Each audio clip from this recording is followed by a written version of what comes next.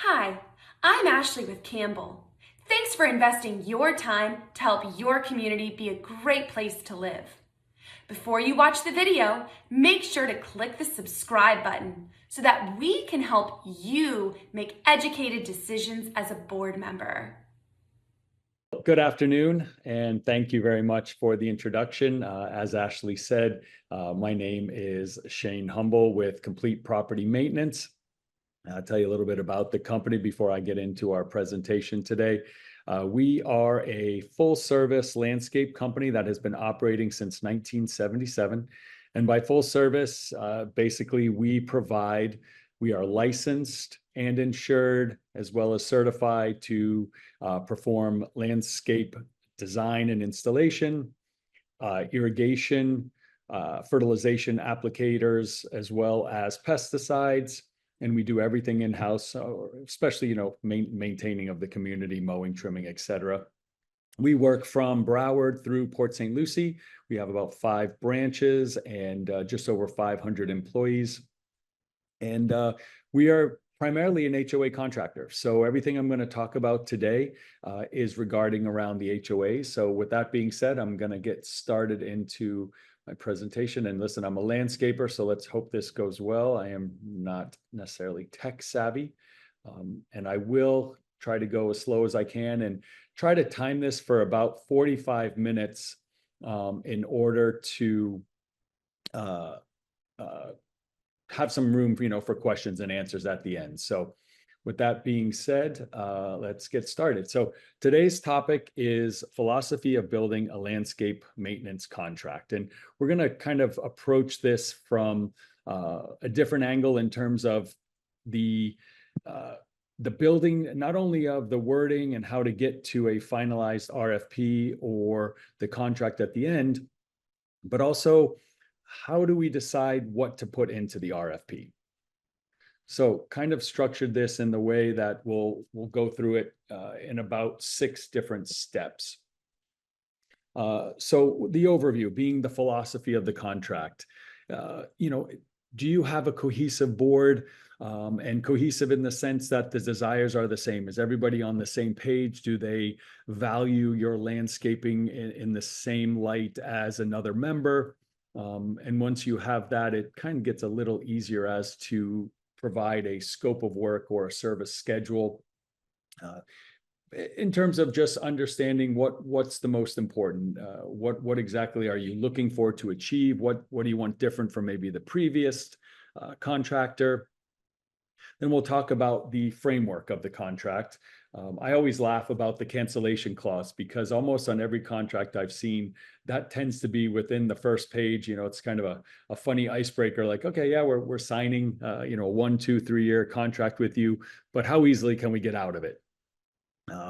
Then we're going to talk about the requirements from the on the data side that landscapers look for from a client, and then budgeting or vendor strategy. And then at the very end, we'll talk about the really exciting stuff, the general terms and conditions. All right. So as I mentioned before, most of the contracts here in South Florida have a pretty standard scope of work. And by that, I mean, University of Florida has set certain standards as to what landscape contractors should be providing for the landscape. And University of Florida recommends that St. Augustine grass be mowed on average 36 times a year. The plant material should be addressed, touched, trimmed, reviewed once a month. When it comes to irrigation, we should be doing that once a month as well, at least try to get through the entire community or sections based on the size of the community. We should be potentially reviewing the schedule in which we are inspecting for pests. A chinch bug, single chinch bug on its own could destroy 100 square feet in a matter of days. So you can imagine an infestation, what that would do. So we got to rely on not only the homeowners or property managers, but your landscapers to inspect and make sure you put any pest issues at bay. Then, the number of fertilizations, the ideal amount is roughly quarterly, so 4 times a year, but that is also based on your water source. And we'll touch on that a little bit later. And then, a clearly defined service area. So based on your community, a map is extremely helpful to know boundaries, whether or not you want to be able to highlight a particular hedge that might be on the outside perimeter facing a canal that nobody sees. Maybe you don't want that one trimmed as much in order to save budget to put it to something that is a little bit more visible. And then also we'll discuss add-ons such as trees, mulch, annuals. Okay. And, I'm going to try to just go line by line here through how we initially will set up with a client, how we develop a contract, if a RFP may not have been available from the start. So you come up with a scope of work, and then you want to determine what are the terms. Are we looking for a 1 year, 2 year, 3 year? What are the pros and cons? Typically any landscape contract that we have signed in my 20 plus years experience here in Florida have a 30-day cancellation clause. And it goes both ways. I will definitely caution when we are discussing the general terms and conditions towards the end of this that I want to talk about the word cure or rectify. These are terms that are red flags in any contract. You really don't want to be tied into a contract that has the word cure or rectify, only because it makes it very difficult to ever end that contract or get out of. You really just want a very clear, defined cancellation clause. Make sure that the legal language is very compliant to what you're looking for, structured in the way that you are looking for it to be developed as well. And we are at the end, like I said, going to discuss a general terms and conditions. It won't be available after the class, but we will look at it today and discuss it, because this is one that has been reviewed by many attorneys, and they tend to like it. And we may or may not work for every individual community. Okay. So in my experience, how this begins is that whether it be that your current vendor has been there for 3 years and your docs state that you should go out to bid every so many years, or that you are potentially just not necessarily happy with some of the outcomes with the services you're receiving currently, or maybe it's just time you want to check to keep your landscaper honest, you decide to put it out for bid.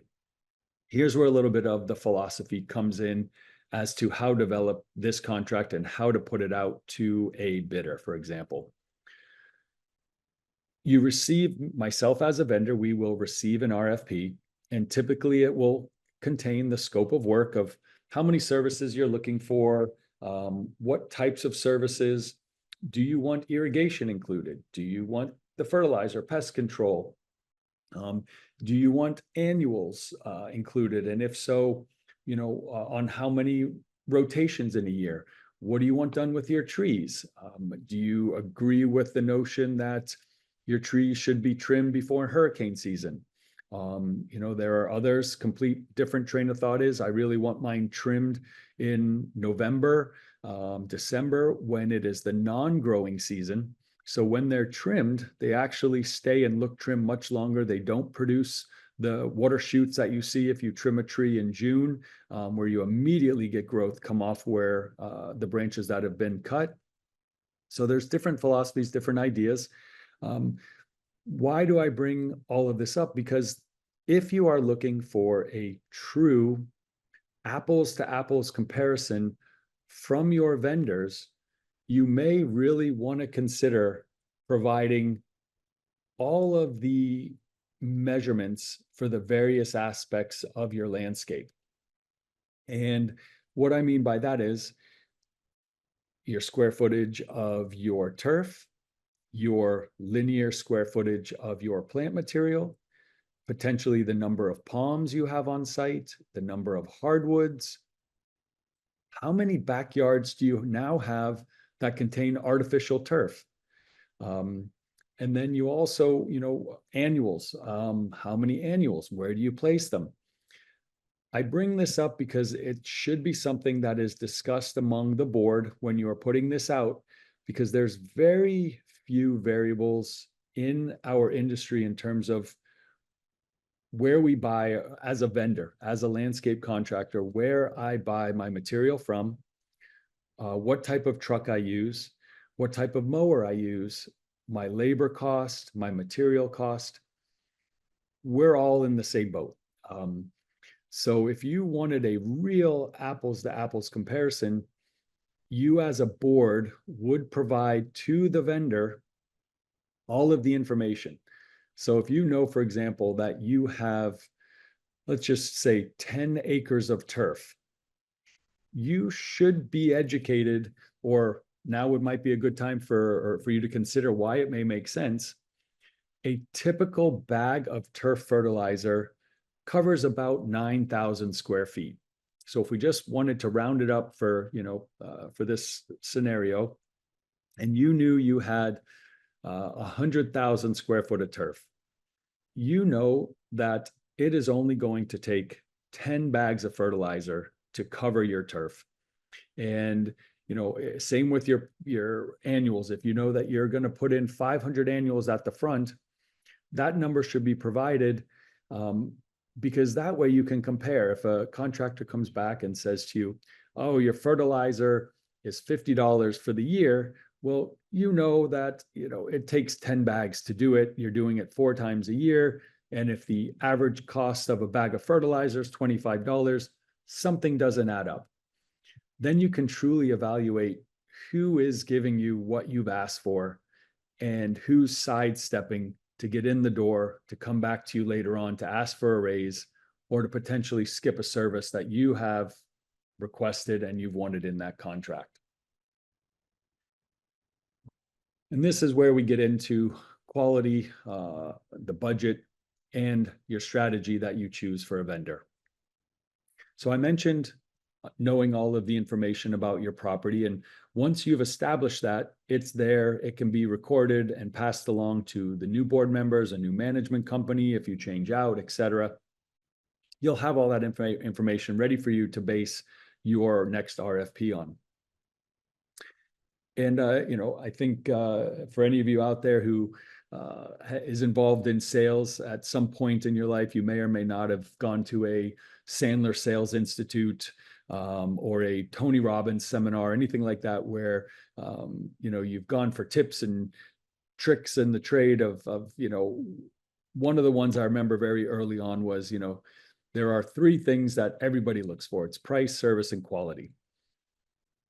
But the saying goes, you can only ever have 2 of those 3. So if you want a really good price, you might get some good service, you may not, or you might get some quality, but you're giving up one of those 3 because you can't have all 3. And I still feel that pretty much rings true. You've got to find that middle ground. You've heard the saying, champagne taste, but beer budget. Got to dictate where you're going for that very early on. And it can be dictated by your property. If your landscaping is very simple and maybe you were in a community where the builder put an emphasis on native material, and maybe it belongs to like an Audubon society where every, certain percentage was all native, you're not going to need the fertilizer.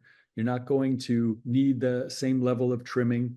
So then you could focus on potentially price and quality, 2 of the 3. Then you've got to consider, what am I looking for in terms of who is servicing my property?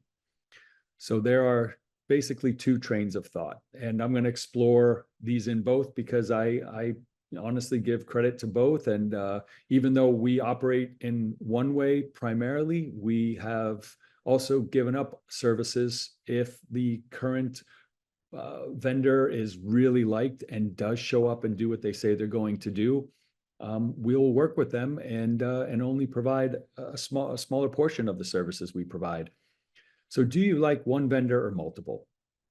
I bring this up simply because there is some simple truths in landscaping, and all of those services are indisputably kind of tied into each other. So, and what I mean by that is if you're going to apply fertilizer on a Monday, you need to make sure that fertilizer is receiving a 1/4 inch of water. It needs to be irrigated in at least by Tuesday, Wednesday at the very latest.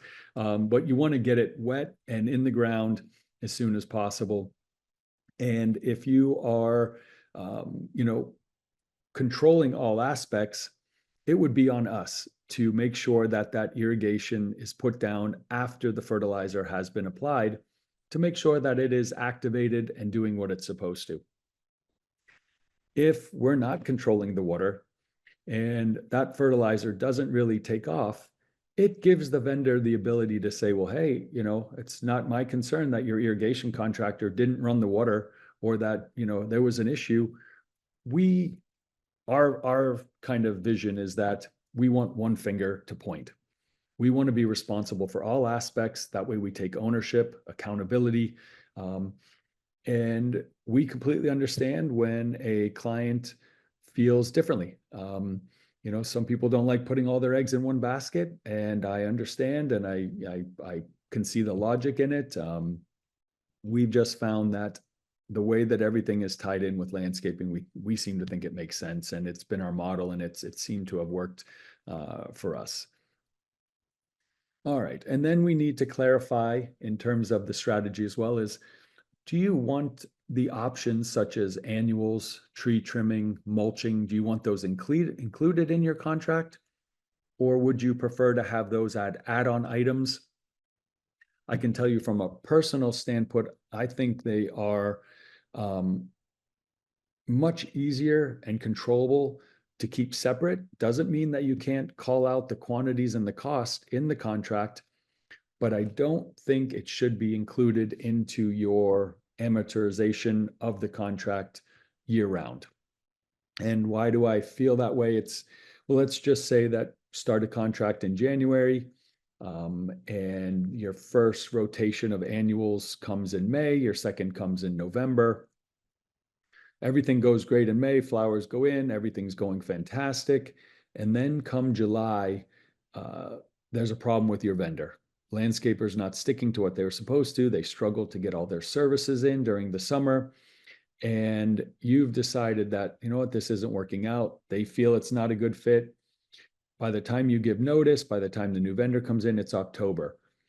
Well, now the vendor has collected the portion of money owed for those annuals that was going to be installed in November. And just it makes it much cleaner to pay for those services that happen once or twice a year when they happen. So then there's not a looking for credits back. It's just a clean tie. And that's just my feelings. And, every board may feel differently, but I think keep your money, let it grow in an account that you may have for 6 months until it's time again to provide that next service. All right. So terms, conditions, compliance.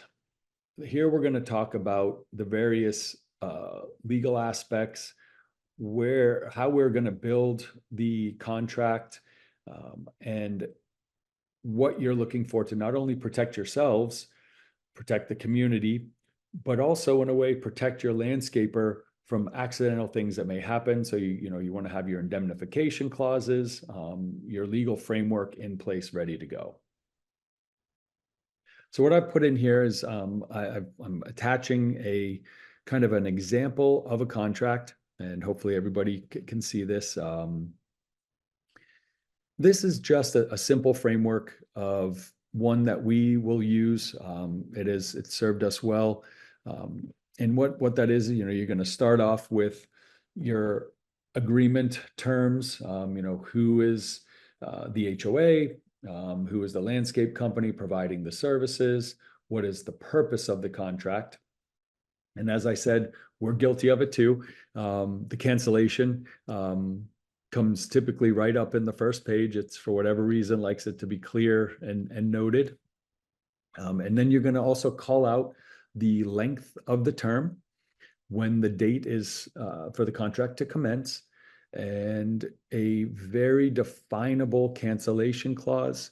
Ours simply states this agreement may be terminated at any time with or without cause, or for no reason at all, by providing 30 days written notice of termination. In the event of termination, the client shall only be responsible for paying the company the monthly fee prorated based upon the actual number of days the agreement was in full force. So we like it to be very clear, very simple, not convoluted, so that we really don't know how it's needs to be ended. And then we'll go in and discuss the areas to be serviced. Now, this is where we would recommend having an attachment as an exhibit. For example, what would be a map of the property, either clearly highlighting, defining the service areas, either color-coded, or where the boundaries are. And that's just an idea, but it just makes everybody aware. And it doesn't give the ability for either the vendor or the client to come back and say, well, we didn't know that area was included, or, oh yeah, we forgot to mention, we do behind the wall over here. You want it to go both ways. And then again, so we're just looking at structure here, because that is the focus today. We then list the service schedule. We've got St. Augustine turf here that is mentioned, and this particular client, requested 42. So then you list out the days, or I should say the months, and the number of cuts they receive in each of those months. You always want to be accountable. You want the property manager to know how many times you're coming, when you're coming, and it can then be verified or backed up or ticked off and said, yep, they did this, they did this. So that way there's no, my memory 4 months from now, I'm not going to remember everything I said today. I'm not going to remember what we looked at. So it's just really good to have it in writing. You want to define how the grass is being cut, whether are you using a rotary mower, are you, do you have zoysia turf? So then you'll be using a reel mower. You want to kind of dictate if you are being serviced by an on-site staff, you want to list that. How many staff members are you have? Who's doing what? Where? How many are providing pest control? How many are providing the weeding? And it's just more, again, to make sure you are getting what you are paying for. How often are you trimming? What are you trimming? And then, clearly define, like number 14, for example, we always discuss that, our trim crews, they're licensed to kind of take off your brown palm fronds, or ones that are nuisance hanging, maybe, they've broke and they're hitting now a roof line. Anything up to 12, 14 feet that are reachable with a 1 or 2 extension pole saw, we're going to handle that in-house with our trim crew that's providing that service. But you have to be clear, this is not a substitute for tree trimming, palm trimming. Those should always be done by a certified ISA arborist. All right. And then, you kind of get into a little bit of the protections for the landscaper, protections for the homeowner. And some of those would be, for example, if you have landscape lighting, we are not going to take responsibility for a landscape light that is placed in the middle of the grass with no border or nothing to bring attention to it. If the grass in a summer week grows 6 to 8 inches, it can easily cover that light, and we can't be held responsible for it. However, if it's placed inside of a bed or placed within some sort of landscape edging and then mulched around it, then we take full responsibility if it's hit, because it has been announced that I am here and I'm doing what I'm supposed to do. What's your feeling on missed services because somebody has a dog out in the back? When should they be made to come back? If somebody puts in a screen enclosure, make sure that there is a buffer of some kind, because a guy holding a weed eater at 2 p.m. in the afternoon when it's 95 degrees, holding on to a piece of equipment, spinning at several thousand RPMs, can possibly, shift over and hit something a half an inch away. So, we put in our contracts that there needs to be a setback of, anywhere from 12 to 24 inches. We prefer 18, in order for our guy who is, he's tired, exhausted, or she may be tired, exhausted, and, they're not going to hold that weed eater as solidly and steadily as they did at 8:30 in the morning. And things can happen. So we take full responsibility. If there is an 18-inch border and we cut it, we hit it, that's on us. But if there's not, there's got to be an understanding in order to have reasonable set of care expectations. And we go into, maintaining shrubs, et cetera. Whether you've got a ground cover, you want to address that. And then what exactly is bed maintenance? Clearly define it. Is it mean, are you going into the beds and you're weeding by hand? Are you weeding using a herbicide? Are you doing a combination? Do you use a weed eater? You as a board really would like to know, how are you addressing it? Lots of talk about herbicides, or the term glyphosate, which is the active ingredient. Most herbicides on the market today all include glyphosate. They're just branded differently, whether it be a Prosecutor Pro or Roundup. Those are just the brand names, not the active ingredient itself.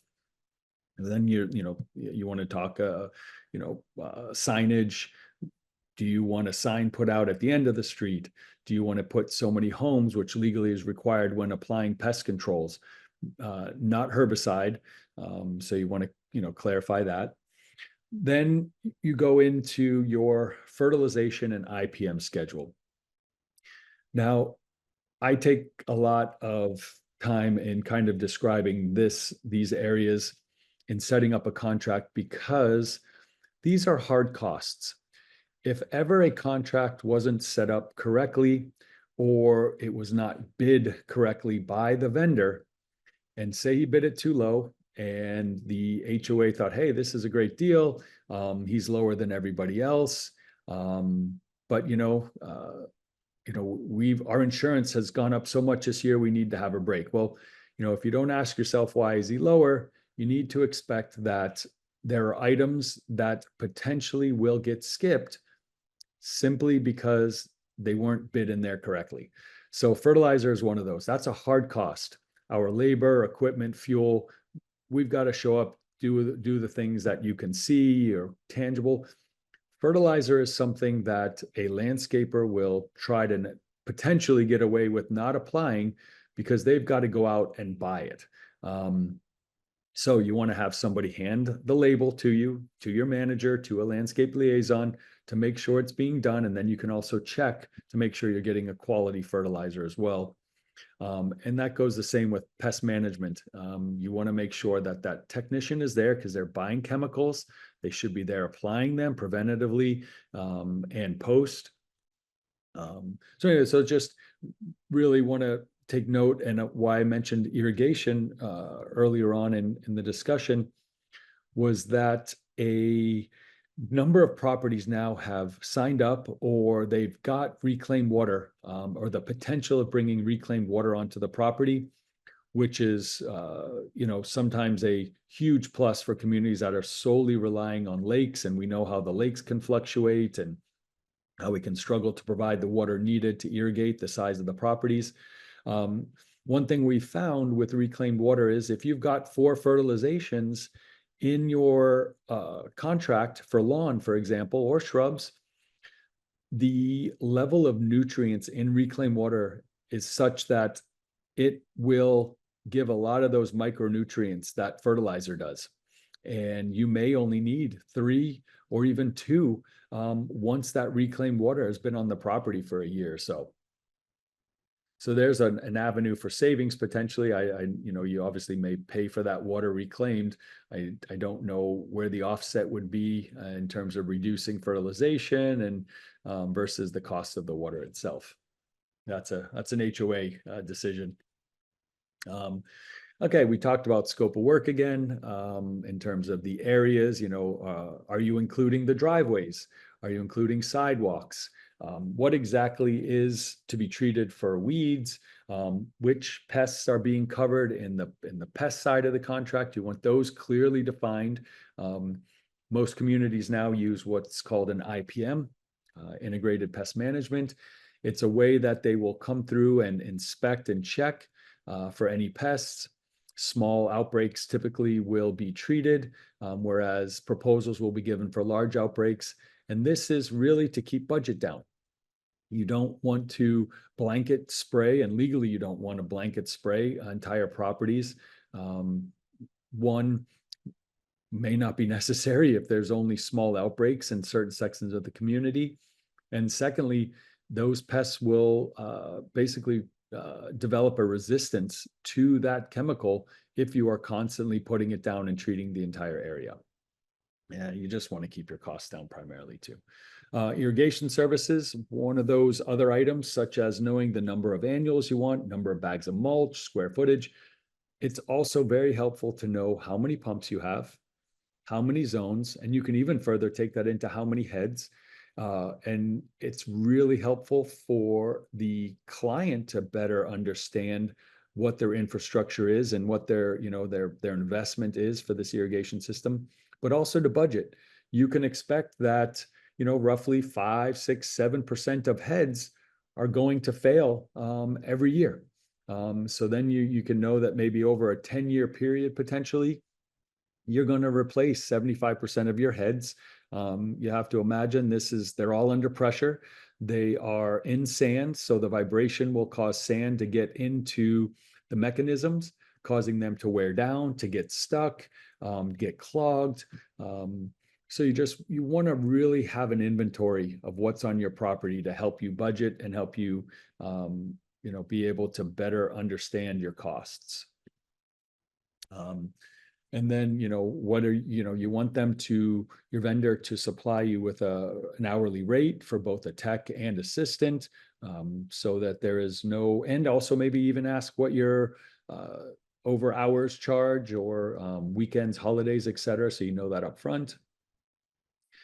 And then here we come down to services. So you want to have those services that you want potentially included in the contract. And that may be a porter. It may be a pump service contract, something that you have to do no matter what. And then again, I think that you should keep out your tree trimming, your annuals, your mulch, simply because you pay those when the services are provided. And you can still call it out again, the price and the quantities in the not included section. Then we get into lots of, the items that a landscape company is going to look for, underground utilities. For example, if they're not, 6 inches below grade, are you really going to hold your landscaper to cutting a Comcast line that he or she was not able to see? However, we know that our pieces of equipment only goes down, 3 inches max or so on an edger. So it's you really want to not become a burden to your vendor for things that they didn't cause. Does somebody have a hose that they tucked up inside of their hedge because they don't have it on a hose reel, and then they turn around and they cut the hose? Are you going to hold them responsible, or the homeowner who didn't put it away properly? So I think you'll find you will develop a much better partnership with the landscaper when there are certain things laid out upfront in a contract to avoid any disputes when the items arise. And let's see what else here. Okay, then you can also, you get into your cost section. We've kind of adopted a little bit of different language in our cost structure towards the end. It may not be pertinent anymore, but during COVID, inflation was just through the roof. Our, typical 30-gallon drum of a weed product, a Roundup, for example, it was about $317 normally. That went up to $1,200 during COVID. So we were experiencing just extreme price increases. Couldn't get PVC pipe, on and on.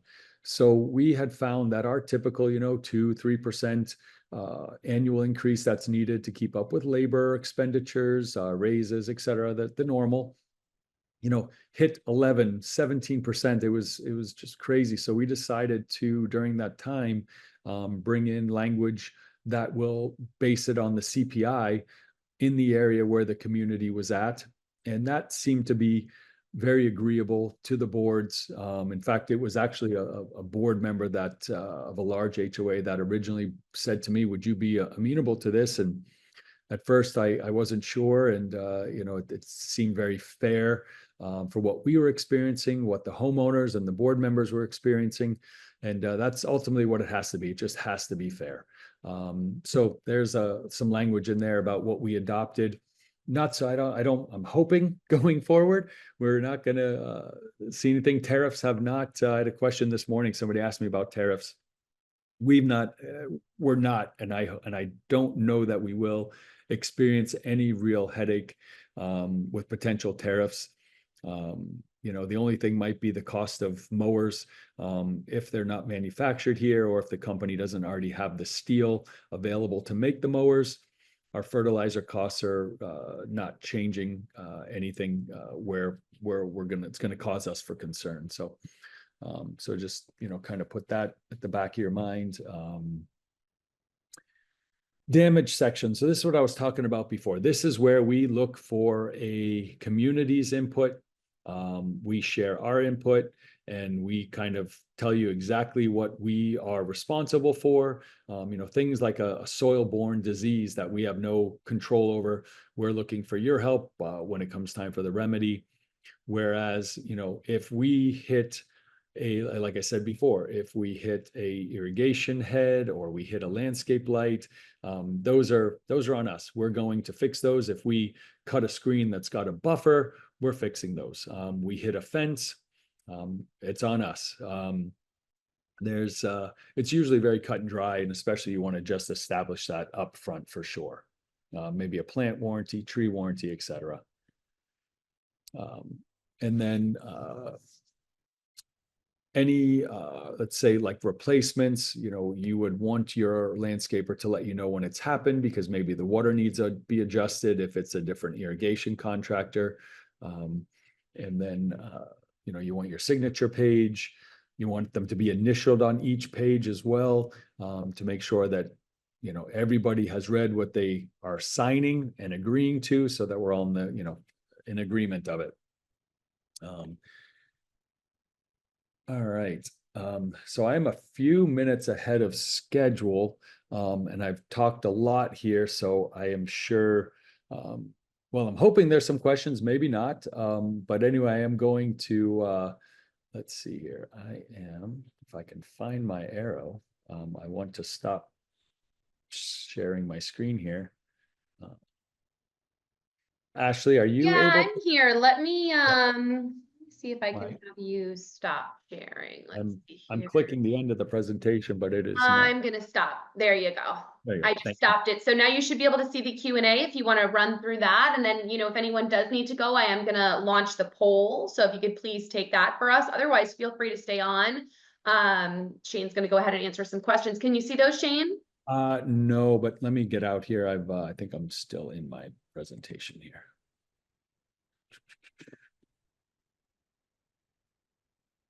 Okay, there we go. I am out. All right, let's go. Let's see. There we go. I see. I've got the questions now. Perfect. Okay, Tiffany had asked, do we service golf courses? We have provided quotes to a number of small par 3 golf courses in the past. We typically do not, but we have a couple of, we provide services to a small community in Boynton that has an interior golf course. And just recently, we've been asked to maintain 2. We've given a proposal for them. We have not in the past, but the grass on the golf courses was the same as in the community. So it was very, very doable. We do not service the west coast of Florida, Diane. Thank you for that question. One day, maybe. IPM stands for Integrated Pest Management. It is what the University of Florida has coined the overall kind of request that they have to service a property.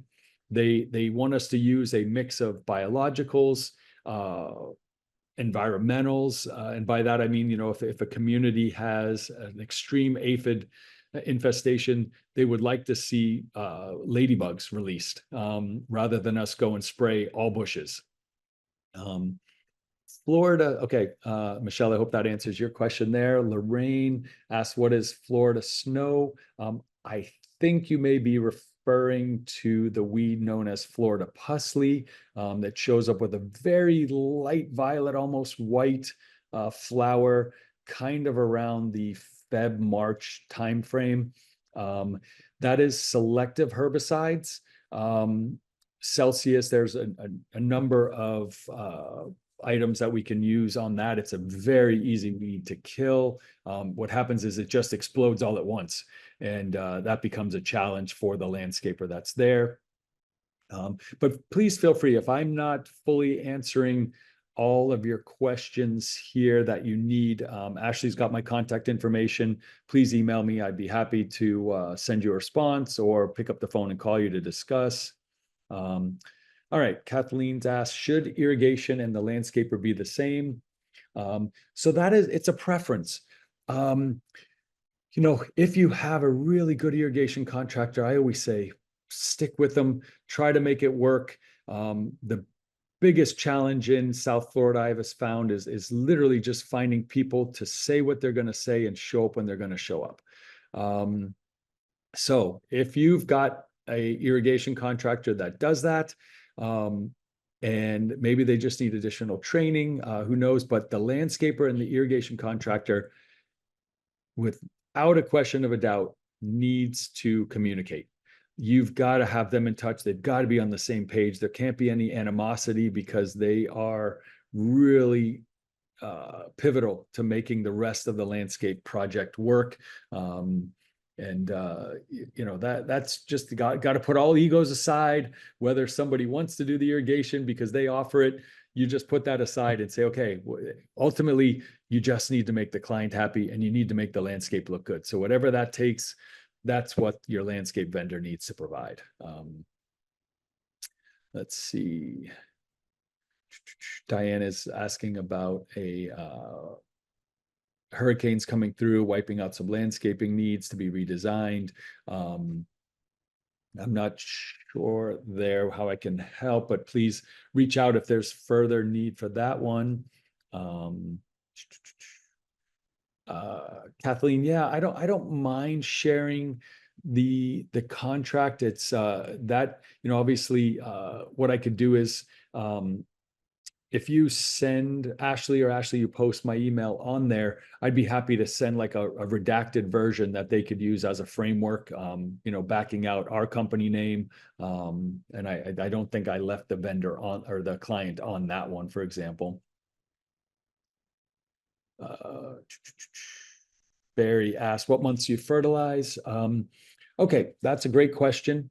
It depends on your county. For example, Martin County has a blackout period, from July through September. I think it's June 31st. So you're not legally allowed to apply anything with nitrogen during those months. We tend to like to fertilize, and I'll start kind of towards the winter, around November, in order to give them food while they go dormant, and then refertilize again Feb, March. And then kind of May, June.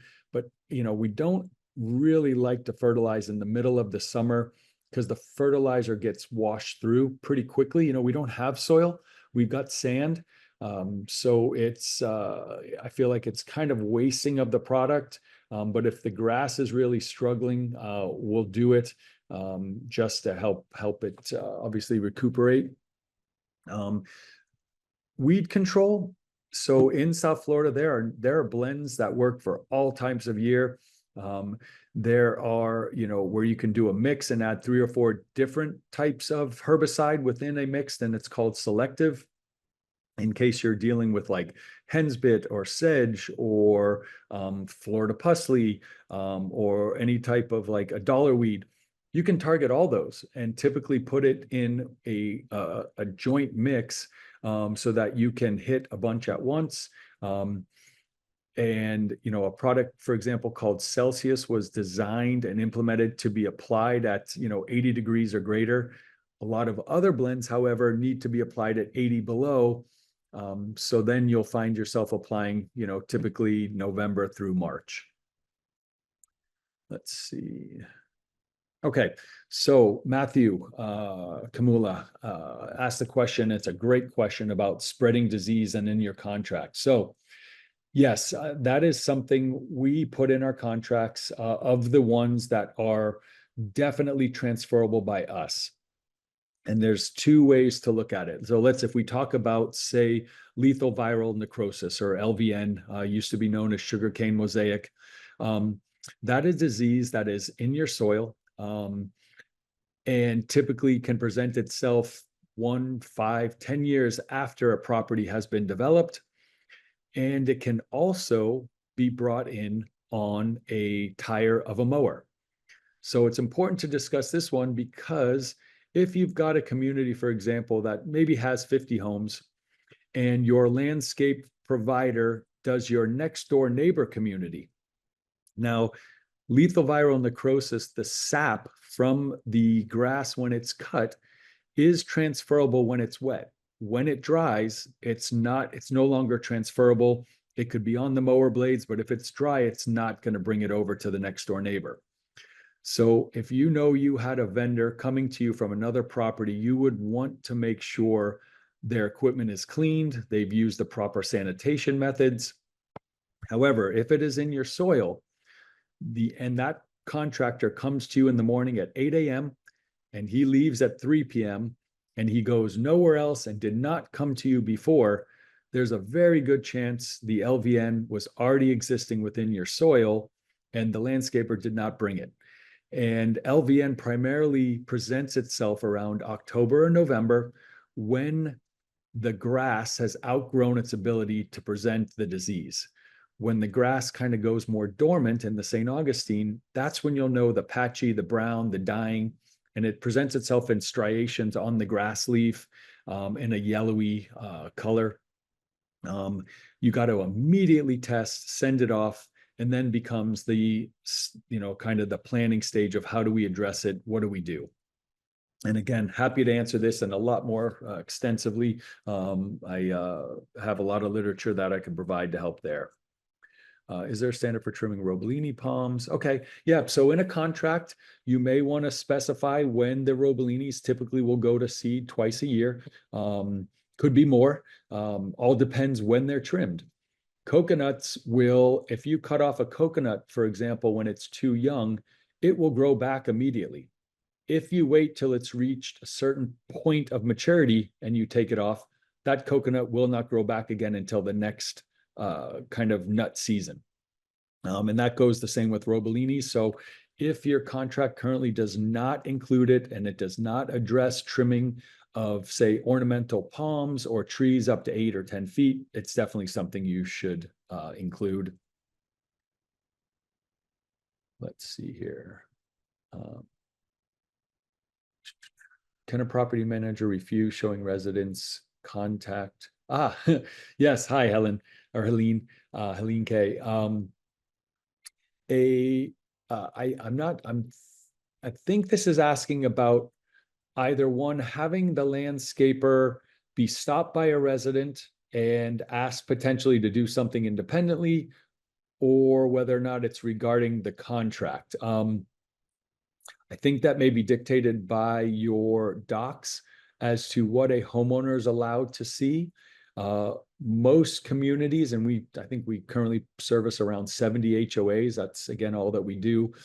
I've seen it both ways, where it has to be a formal request through the board, or the property manager will provide the contract, because ultimately, if a resident is paying their HOA fees on time and the right quantities, they may legally have a ability to see that information, as in essence they are contributing to the service being provided. Ken, we do have an office, Ken Fenson. We do have an office off of Biltmore in Port St. Lucie, and that branch will service Vero Beach. Sue Beatty was asking about mower blades. Yes, if most of our HOAs, we arrive in the morning and leave on the, at the end of the day and go straight back to the property, straight back to our branch, I should say, where they will become disinfected. It's a normal procedure. If we are going from one property to another during the day, we have our own spray bottles of, it's a Pine Sol, which is used to disinfect. Let's see.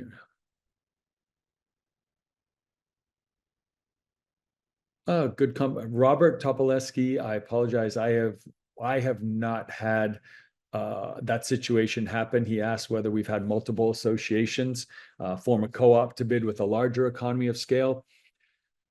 I can tell you that we have bid the individual subs at a larger HOA, and it comes down to having the time, energy, and budget to go through the process of changing your docs to allow a single vendor to provide service. It usually doesn't, come down to the contractor. It's usually the board that would look to see if that's possible or not.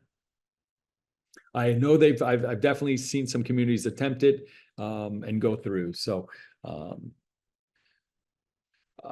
Michelle Ferry asked about considering using more native. Yes, we'd love it. It's just most people move into South Florida, move into an HOA to have beautiful landscaping. And unfortunately, our native palette doesn't provide that in the way in terms of palm trees and flowering material. But yes, I appreciate it. David Andrade asks, yes, we do service West Boca from South Broward. So basically Sunrise north to Port St. Lucie. Let's see, how do you determine manpower? Again, that can come down to your acreage. If you know that, and that, maybe it takes a crew of 5 to cut a wide open acre of turf, it might only take them 20 to 30 minutes, but going in and out of 0 lot line homes, obviously it's very different.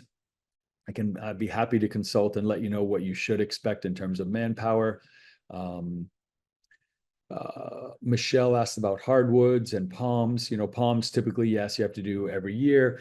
If you've been on a hardwood program pre-existing for many years, I would say yes, the every other year can work, and it might be selective in terms of where those trees are at in relation to shading out landscaped areas over people's roofs, etc. Let's see here. You could absolutely separate out fertilization from lawn maintenance. That is a very quantifiable product. As long as the landscaper knows how many acres you have or square footage, very easy to put a cost to it and separate that out so that you know what you're getting. And also with the pest control. Sarah Bertok, I hope I'm getting these pronunciations right. Mulching mowers, we definitely use them. University of Florida recommends that the grass being cut does go back into the ground in order to break down and provide nutrients. So we do prefer mulching mowers personally. Sue Beatty, great question. Is weed and feed actually effective? State of Florida, and it probably is a number of other states, has reduced the allowable amount of atrazine, active ingredient, in any bag of what used to be, called weed and feed, down to 1%. Very difficult to truly effectively knock out weeds. That's why we use a targeted spray for those weeds today. Somebody asked what type of mulch. That's all preference, whether it be you really just want to make sure you're using a hardwood mulch. You want to avoid any of these recyclable types that, say they might contain construction, pallets, etc. That's where you get into your lower cost of mulch. Used to be eucalyptus was around, but now those are being, removed at a much quicker rate, so it's not as much, but a good cypress blend used. We like to use what's called the pine bark brown or chocolate. We like that color. We like the quality. Sam Woodget has asked, do landscapers need to be certified to spread herbicides or fertilizers? In the state of Florida, they absolutely do need to be certified and licensed to spray herbicide and apply fertilizers. And that is it's basically a one-day class with a test at the end, and it's through best management practices, BMPs. And I can tell you, out of our 500 employees, we've got over 70 licensed to do that. So yes, it is a necessity.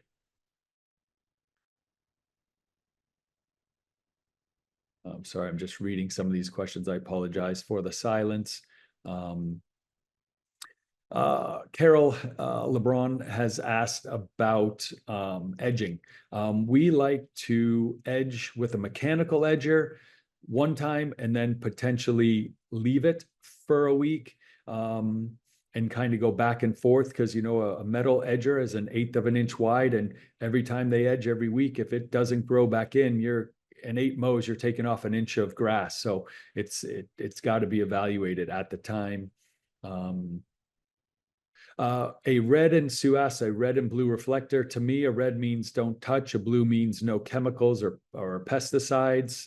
Sue Beatty asked that question. If your property is large, the best time to review it for a contract is around September, October for a Jan 1 start date. Labor is very difficult to find come May, June during the growing season. And as it is growing season, very difficult to take on a new property coming in and keeping up if you've got to learn it as well as maintain it. So we always say, littler property, not such a big deal, but you're getting into anywhere over, say 400, 500, 600 homes. Jan 1 is a fantastic start date, just because typically we have labor left over. Because we're only cutting twice a month, and we use that labor to put down flowers, annuals. And if we were to pick up contracts, then we don't want to hire from outside. We'll take labor that we have in-house, transition onto the new accounts. Let's see here.